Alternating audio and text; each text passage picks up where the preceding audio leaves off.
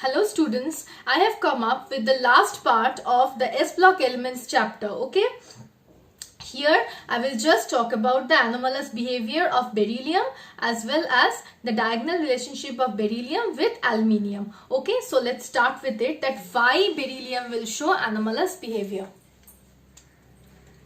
Beryllium shows anomalous behavior because of number 1, extremely small size as compared to the others.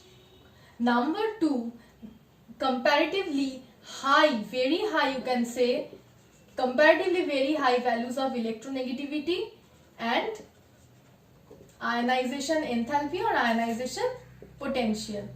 And the last point is that it does not have any vacant d orbitals in its valence shell. Okay, so these three characteristics results in the anomalous behavior of beryllium. Means beryllium is different from the other elements in the group 2 or in the group of alkaline earth metals. And how is it different? It is different means how it is different from the others. It is different on the basis of hardness. It is hard and the others are soft. It has high melting point, boiling point, while the others have low melting point, boiling point. It generally forms covalent compounds, whereas the others form ionic compound. It generally does not react with water, whereas the others react with water. It forms volatile nitride, whereas the others will form non-volatile nitride. It is amphoteric in nature, while the others are basic in nature, very highly basic. Magnesium oxide and all are basic in nature, whereas beryllium oxide is amphoteric in nature.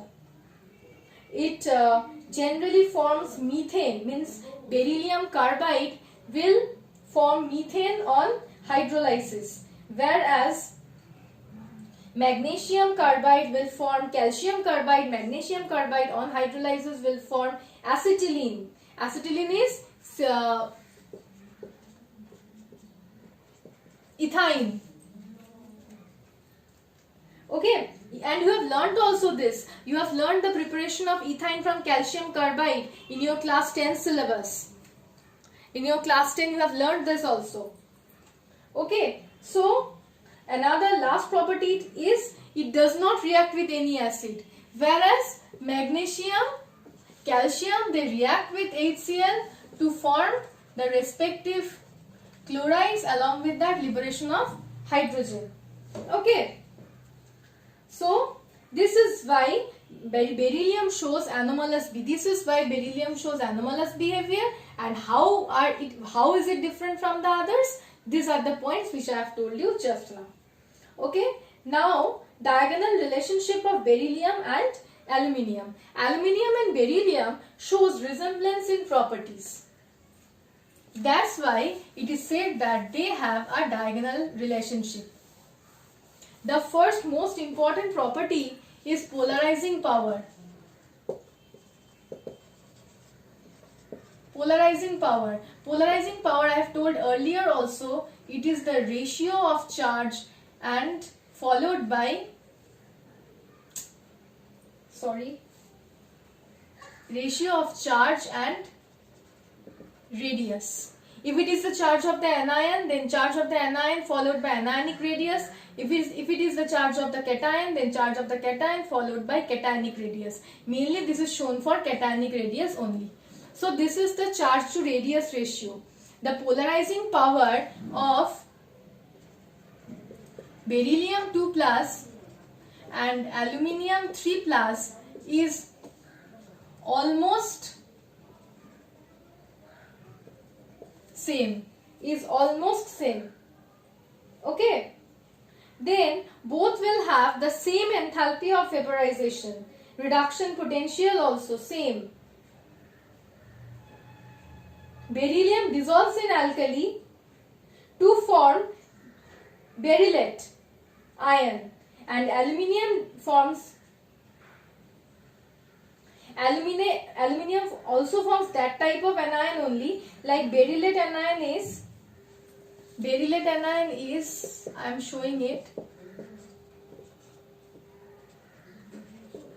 and aluminate and aluminium will also form this type of anion, which is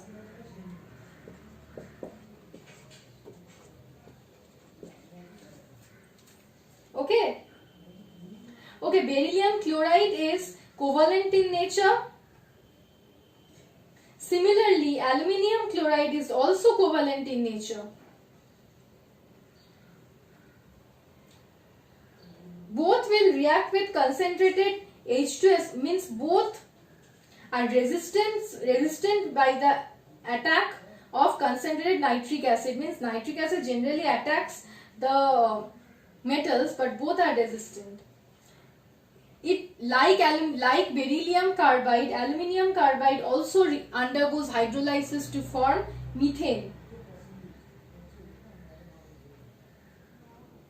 Among all the oxides of group 2 elements, beryllium oxide is extremely hard with high melting point. It is amphoteric and non-volatile in nature, and it behaves just similarly to that of aluminium. Aluminium also behaves in the same way. Aluminium oxide is also amphoteric in nature, and aluminium oxide is also non-volatile in nature. Okay, so this video is mainly about the anomalous behavior and diagonal relationship. These are very easy, means these are not that important, okay, like the other properties. Okay, so your S block elements chapter is completed for your first unit test. Okay, I will make 2 other videos of the that numerical based chapter, and 2 other videos for the suggestional video, means your what type of questions are important for your first unit test, that video. Okay, so thank you.